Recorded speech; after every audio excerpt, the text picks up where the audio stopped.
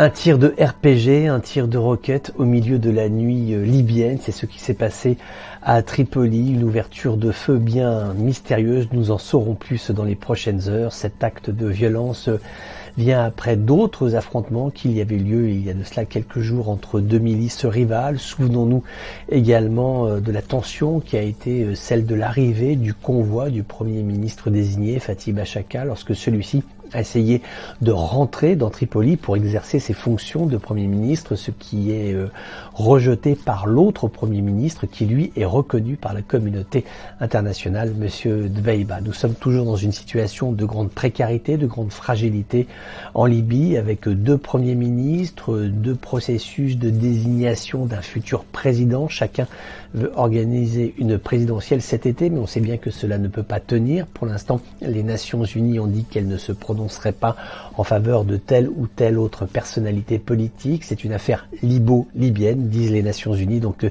ceci doit être réglé entre Tripoli et Tobrouk. Et puis, parallèlement à cela, toujours beaucoup de risques de dérapage sur le terrain. Alors, il semble néanmoins, pour apaiser le propos, c'est qu'il n'y a pas de volonté de part et d'autre d'un embrasement général de la violence. En revanche, qu'il y ait un risque accru de dérapage, d'ouverture de feu, de mort d'hommes, de blessés.